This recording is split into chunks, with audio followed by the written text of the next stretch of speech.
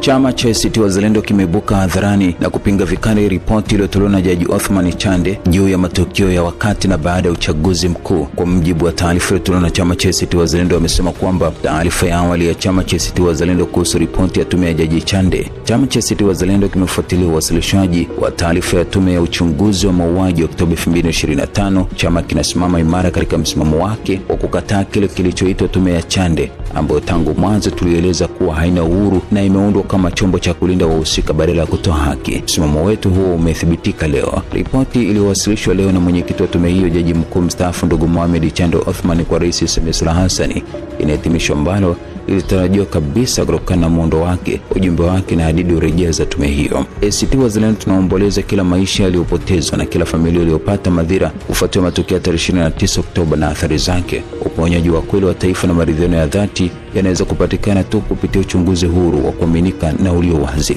Tumeshangazwa kusikia kuwa baada ya tume ya Jaji Chande sasa kutaundwa tume nyingine kufanya uchunguzi wa kijinai wa matukio yale yale. Hii ni ujanja mwingine wa kupoteza muda mwingine na kutafuna fedha za walipa kodi. Watanzania hawawezi kukubali ulaghai na ujanja wa aina hii.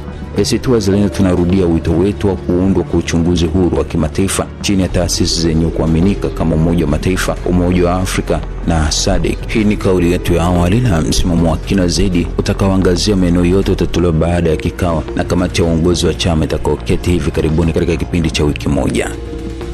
Sikudanganye mtu, siri ya biashara ni matangazo. Ungejisikiaje kama biashara yako ingetangazwa hapa na sisi na maelfu ya watazamaji wetu wakaifahamu na kukusapoti? Hujachelewa bado, tupigie kwa namba unazoziona hapo juu ama tuandikie email msetomediatz@gmail.com tukutangazie biashara yako kwa matokeo chanya.